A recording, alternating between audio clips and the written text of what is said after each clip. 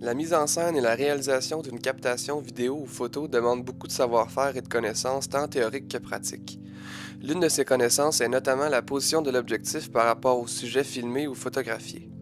À partir d'ici, on peut même la séparer en deux, les valeurs de plan et les angles de prise de vue. Les valeurs de plan correspondent à la distance entre l'objectif et le sujet, soit longue ou courte. Ils sont une partie essentielle de la réalisation et de la mise en scène d'une captation parce qu'elles communiquent des informations importantes à l'auditoire. Chacune à leur manière, elles participent à l'histoire. Et il y en a 5 principales. Tandis que les angles de prise de vue, eux, correspondent à l'angle de l'objectif par rapport au sujet filmé ou photographié. Il y en a 3 principales. Le plan d'ensemble répond à deux fonctions précises, la description et la préparation. Il donne des indices généraux, mais parfois importants sur l'atmosphère, les lieux et l'histoire. Ce type de plan permet à l'auditoire de se situer dans le temps et dans l'espace. Le plan moyen, lui, propose un premier regard sur l'action et la met en valeur. Il permet à l'auditoire d'encore mieux se situer. Ce type de plan peut être aussi appelé le plan pied, puisque l'on peut voir les personnages au complet.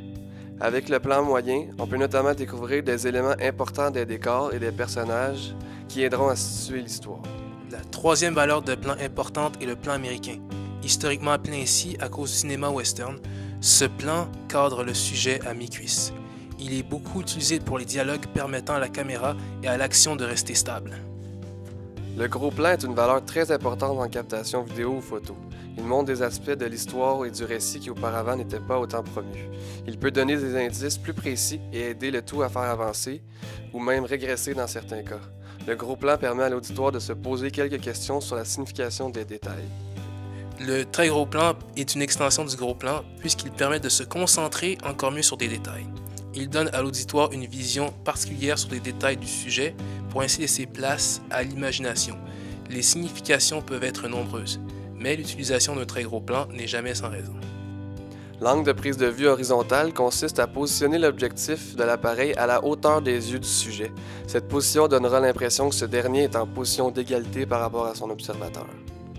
Ensuite, l'angle de prise de vue en plongée est la position où l'appareil sera par-dessus le sujet. Cet angle en hauteur va donner l'impression à l'observateur que le sujet est dominé et dans une situation d'infériorité. Aussi, plus l'angle de l'appareil est dirigé vers le sol et plus cet effet sera grand. Enfin, l'alter ego de l'angle de prise de vue en plongée est celui en contre-plongée. Dans ce cas-ci, l'appareil se trouve en dessous du sujet de sorte que celui-ci donne l'impression qu'il est en position de supériorité. Le sujet aura donc l'air plus grand et le décor aussi.